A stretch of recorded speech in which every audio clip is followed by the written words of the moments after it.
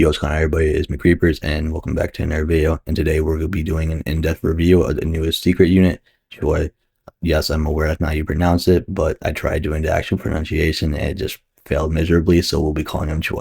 We will be looking at his stats, attacks, costs, passives, and how to use them in today's video. To begin, Choi is a burn unit who has a fire element and has a max placement of 4, meaning he is immune to snare, which isn't super useful, but still is nice to have. Choy costs 1700 yen to place and will be doing 3770 damage with a 5.4 second SPA with 21.7 range and will have a circle AoE. Choi unlocks his second attack at upgrade 3 and will cost a total of 11,100 yen and will be doing 7,550 damage with a 6.3 second SPA and have 22.8 range and now will have a line AoE. At upgrade 6, he will unlock his third attack, which will now cost 27,900 yen, and he will be doing 10,380 damage with a 5.4 second SPA and have 29.3 range and will still have a circle AoE.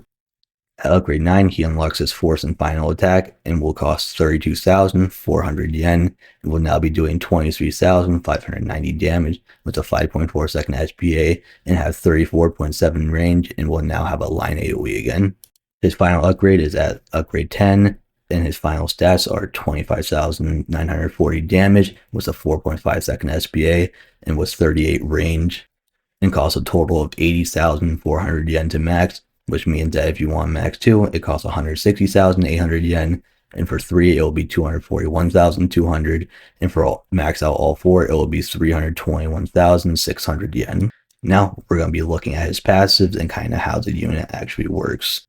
Choi comes with 3 passives called Temperature Control, Master of Fire, and Infinite Mana. Now, I won't be getting into every single passive right away, since all of them work together to basically set up his new type of burn that is called Intense Burn. Alright, now I'm going to kind of explain how Intense Burn works and why it's different from every single DOT in the game. But starting off, Intense Burn does 50% choice damage over 10 seconds, which essentially just means 5% choice damage every single second. And so for this example, Choi is going to be doing 20k damage and have a 5 second SPA. So 50% of 20 is going to be 10k damage across essentially 10 seconds or around 1,000 damage per second. So to begin, we have our enemy and this is our track. And essentially what's going to happen is Choi is going to attack the enemy and now he's going to be affected by Intense Burn. Alright, so now you can see our enemy is now affected by Intense Burn, and for this example we're just going to only be focusing about the burn damage, so I'm not going to take away 20k.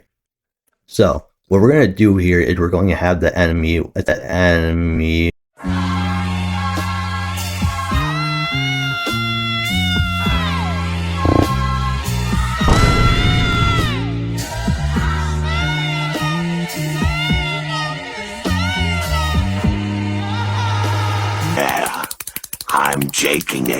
I'm jaking it. Oh, so good. essentially walk down the path, and we're going to have him walk down for 5 seconds. That will do essentially 5k burn to him. So now the enemy has 95k health, and since it's 5 seconds later and we know that Intense Burn lasts for 10 seconds here, we have 5 seconds remaining left on our Intense Burn duration. But what's different here is that now Choi's ready to attack against. He gets a 5 second SPA. So once he attacks him, what's going to happen is with Intense Burn, what happens is that it essentially resets the timer for Intense Burn now. So he attacks again, and we initially had 5 seconds left, and to reset the timer back to 10 seconds. So that's how Intense Burn works. So it's typically DOT stacks, but with Intense Burn, you can only have one essentially stack of Intense Burn on an enemy at once. It just will constantly be resetting it. So if you're at like 3 seconds, even if you're at like 3 seconds, if someone hits him, it resets to 10 seconds. So yeah, that's kind of how Intense Burn works, and now I'll get into more of his passives now. So we know Intense Burn is going to be doing around 5% of Choi's max damage every single second. And since what we're going to be doing here, we're going to be using the stat from my Choi, whose max damage is around 25,870 damage 5% of that would be around 1,297 damage every second, which is okay, but there's other ways we can increase that damage. His first passive allows him to do 10% more burn damage every single time he hits the same enemy, up to 50% burn damage. This will now be making the enemy take 75% of Choi's total damage instead of 50. This raises his damage from 1,297 damage per tick to 1,945 damage per tick. This is now 7.5% of Choi's max damage every single second, which is not bad, however, we can do better.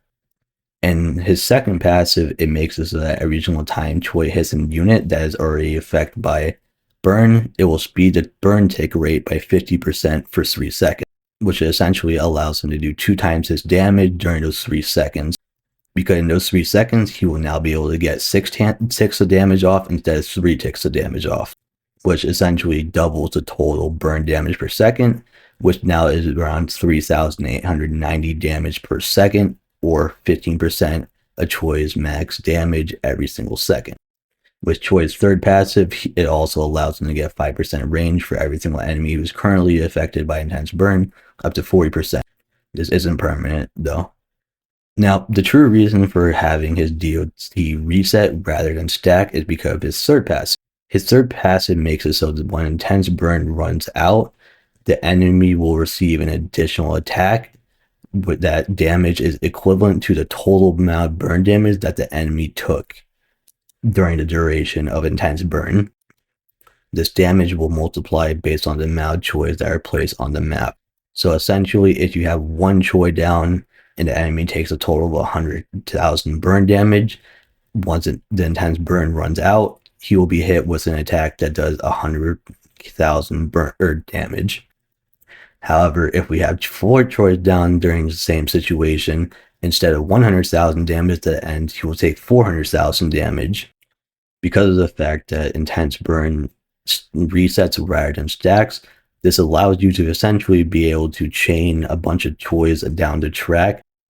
Alrighty, so real quickly, I'm going to show you what I mean when I say chaining Choys across the map.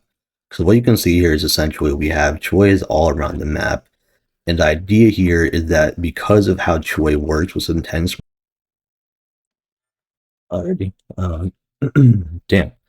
Alright, I'm back. So essentially, I'm just gonna pick up where I left off because my dumb ass can never just explain shit right the first time.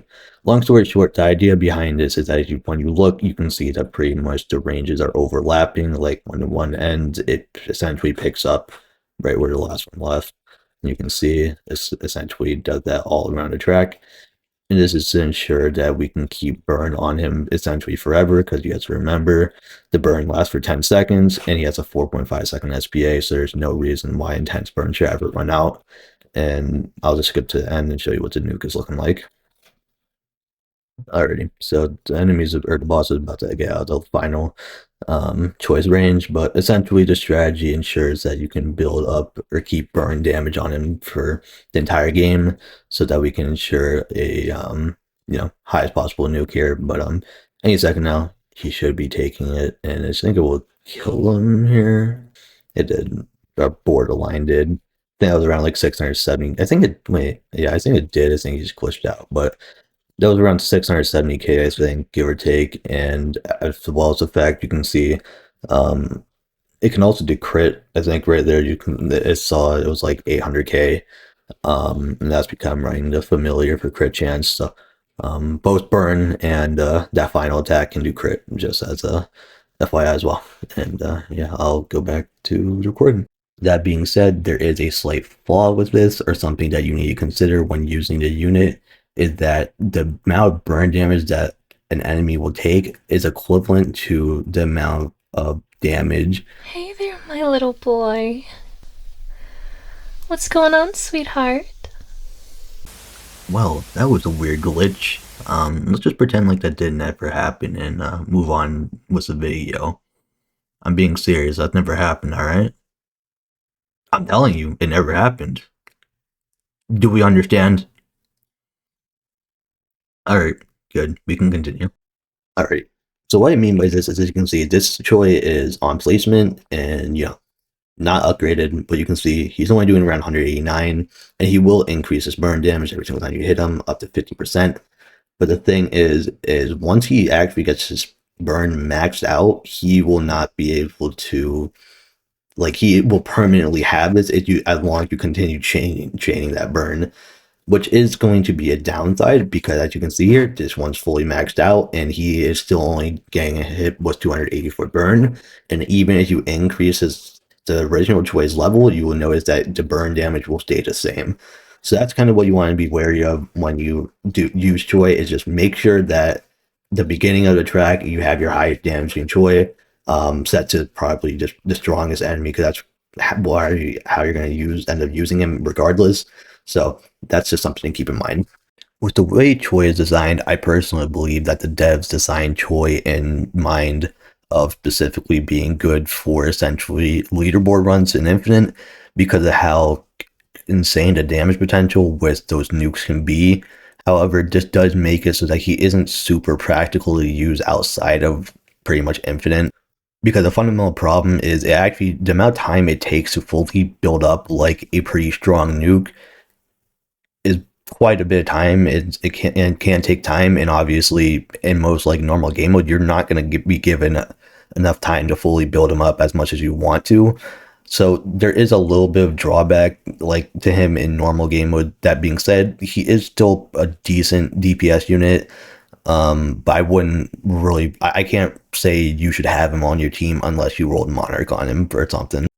But overall, I think Choi is a really cool unit who has a really interesting kit and is kind of fun to mess around with, especially if, you hop in Sandbox with a few of your friends and you can kind of see how much damage you can get out of there, because I know it can get up there in damage. So yeah, I do think that Choi may be useful in the future if we see more units get added with intense burn. However, I have no idea if they plan on doing that, because if not, then it'll be a little unfortunate, because like I said, I think it's a cool concept. Similar to Udiyu, it just kind of falls on his face in the fact that it's really only usable in very, very specific areas. But anyway, let me know what you guys think of him, and I'll see you guys in the next one. Bye.